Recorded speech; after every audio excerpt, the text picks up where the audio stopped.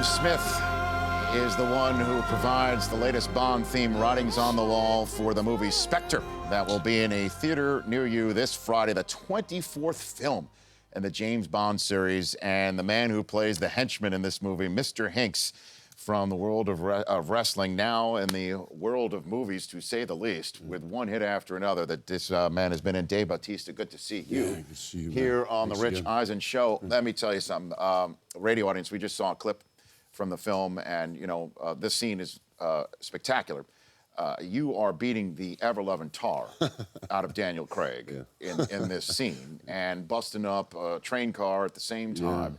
I'd love for you to just again describe, for now the much larger audience here, you were really going at it with Daniel Craig. We were, and we beat the hell out of each other. It was, you know, we started this scene in the beginning of filming, early on filming. Daniel tore his ACL and it required surgery, so we had to come back to it. In the scene that took place with you? Yeah, and that scene, it's just a part where we were tussling around, just his knee went the wrong way and it just snapped, man. And we tried to continue on and he was like, he didn't know what was wrong, something's wrong, he could barely walk. So we came back to it towards the end of filming, but we literally, we beat the hell out of each other. I mean, he popped me with a good left hook in the nose and my nose was fractured and blood covered my suit. He broke, okay, so you in the scene helped aid a tearing of the ACL that stopped production, right, of Spectre. That happened, right, Dave? He tore his ACL. Okay, he tore his ACL. Well, this is your last interview. You told me this is your last interview for the movie. This is the last stop, yeah.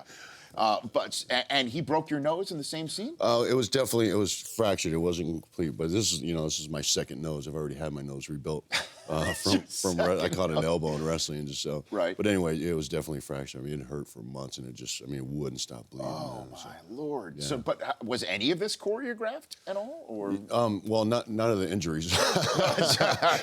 But we rehearsed this scene for months, man. Like even when we were on the road, we were in a train car, or just we in had a a mock room? train set up on on a stunt stage, and then while we were traveling, we'd just get like big rooms and just go over it and over it and over it. But it was just one of those scenes they put a lot of stock into because they knew it was going to be a major scene in the film, and they also knew it was going to be rough. It's in very tight quarters. It's two guys moving very fast. Oh, I mean, you're breaking the scenery. There's no question about it. So what happens if suddenly, okay, cut, let's try that again, but now there's broken mirrors and stuff. What happens? Just reset it, man. We just do it again. That's the thing. I mean, some of the stuff, we'll, like the big thing with the bar collapsing, it was one of the things they put that off and they'd shoot the stuff around and then shoot this because it's going to take a long time to reset. So that's all kind of stuff they work around. But the injury wasn't something they could work around. We had to just come back to it. Well, I'm here with Dave Bautista, who plays, again, Mr. Hinks, the henchman in the new Bond film, Spectre. How cool was this for you, man? I mean, you've been there, you've done that. You've been in some great movies, Guardians of the Galaxy, which exploded a couple of summers ago. Right. So what has this experience been like for you? It's exactly what it is, experience of a lifetime. It was one of those things where we're working with directors like Sam Mendes and Léa Seydoux, Daniel Craig, Christoph Waltz. I mean, all these people are the best actors in the world.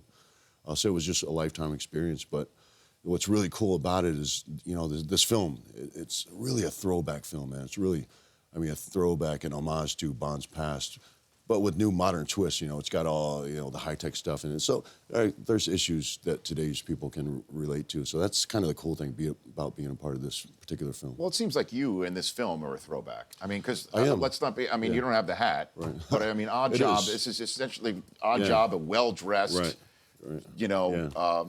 well-built individual, right? Yeah. It seems like that's what was that what you were going for? That was the intention, because we wanted this film to have a nostalgic feel. So we were trying to make the connection to those characters of days past. So and a lot of people will make that connection or realize there's a reason why I didn't say anything in this film. So we were. And this guy, he's a combination of Odd Job and Jaws and kind of the Terminator. Sure. But that's who this guy is. Right. I'm here with Dave Bautista here on the Rich Eisen Show. So how many train cars did you go through? And just that one. I mean, but this is just one scene. This is not. This is not your only spot here. So great, man. They actually built a train on a soundstage, and it was about 4 cars that we went through, and we demolished them, man. Right. I mean, we tore them up. And and then you tore up Rome too, right? Yeah, we did.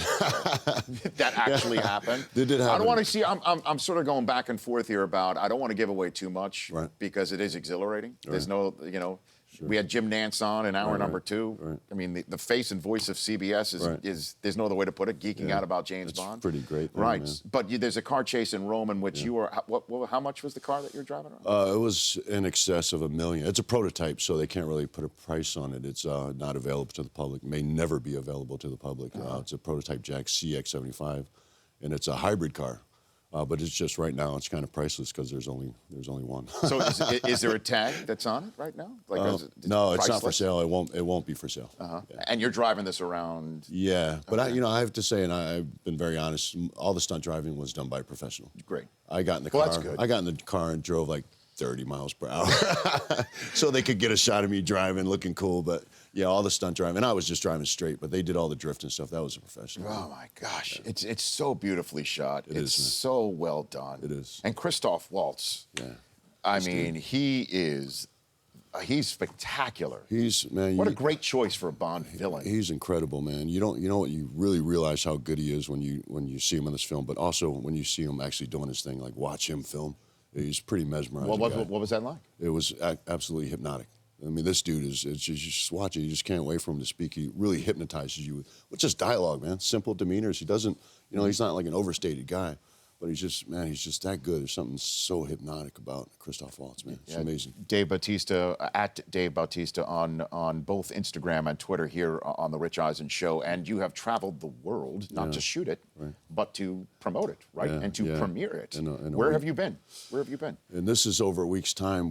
So we did London. We started off in London. We had the big royal premiere. Did you see Nance there or you didn't see Jim? I didn't. I had no idea. He was there until today. Yeah. So we kicked it off in London, then they switched us up into groups, or split us up into groups. Oh, okay. But we went to Zurich, Amsterdam, Moscow, Mexico City, and then we just got here yesterday. Wow. Yeah, it's pretty crazy. And you've got Guardians of the Galaxy 2 all teed up? Yeah, I'll start filming that in February. Dude, you're blowing up. Yeah, thanks, man. You were blowing up. I mean, because, we know you from the world of wrestling, and now we're seeing you on the silver screen and all of these It's a pretty cool huge thing, movies. Yeah, you know what's really cool is that a lot of my WWE fans have really followed. They've come on this journey with me, and that's such a great thing. Mm-hmm.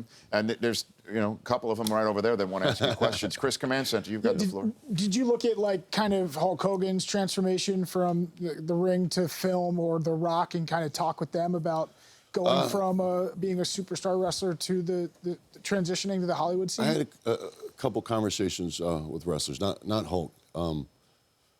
But with Stone Cold, we talked a bit about, even before I left the company in 2010, we talked about making the transition and everything. And Rock, I've had some good heart-to-hearts, Dwayne Johnson, have some really good heart-to-hearts about not only acting, but making the transition, but also about going back to wrestling back and forth. Because I always thought it was just amazing that he was able to do that. I mean, that's a hell of a schedule. I mean, it's really hard on you physically as well. But I always thought I was just so amazed by the way he was able to do that so well. So, yeah, definitely those guys have helped me out a lot of good advice, man. Great. When you're scripting a match, what's the similarity between a fight scene like you have with Daniel and scripting an epic match at SummerSlam? Yeah, that's the thing, man. Most of the guys who have been the best, wrestlers in the world, don't really script much, man. So it's so much improv and so much just communication while you're in the ring. Because the guys that script out the matches, you can watch them and you can tell them they're going A, B, C, D. They're not even listening to the audience, man. They just totally tune the audience out, and they're just going through their match as they planned it in the back. And it just doesn't work that way, man. The best guys in the world will go out there, we obviously have the predetermined ending. Right. So we know what the finish is. Go out there, man, just kind of wing it and talk and figure out what the crowd wants, and kind of give them up and up So and pretty down opposite ride, when you're doing a fight scene like this in a movie. Very precise, man. It's precision. It's one of those things that's, not really meant for a live audience. It's meant for the camera. So things have to be, sometimes not so rough, sometimes more rough, because it's all about kind of subtleties and things like that. And it's weird, man, like things that may make sense in actual fighting. Like I've done martial arts for years and first thing you always learn, keep your hands up when you're boxing. It's the worst thing you do in film. They just yell at you time and time again. You can't see your face, we can't see your face. So you drop your hands way low. Feels wrong, looks great. Simple things like that. Yeah, and plus the big difference between the wrestling ring, Chris, and what you're doing here is, in this film, you're going against someone with a license to kill, Dave. There's always that. 007. That makes it man. more interesting That's for sure. 007. Yeah, right. congratulations on everything. Thank you, man. Really, I come appreciate back. it. Come back as many times as I'd love as to, you man. wish, because Yeah. we'd love to have you back. Congratulations on Spectre and Guardians of the Galaxy and everything else that you've been up to. Man, thank you so much. You got it. That's Dave Bautista here on The Rich Eisen. The Rich Eisen Show, weekdays at noon Eastern. On Audience.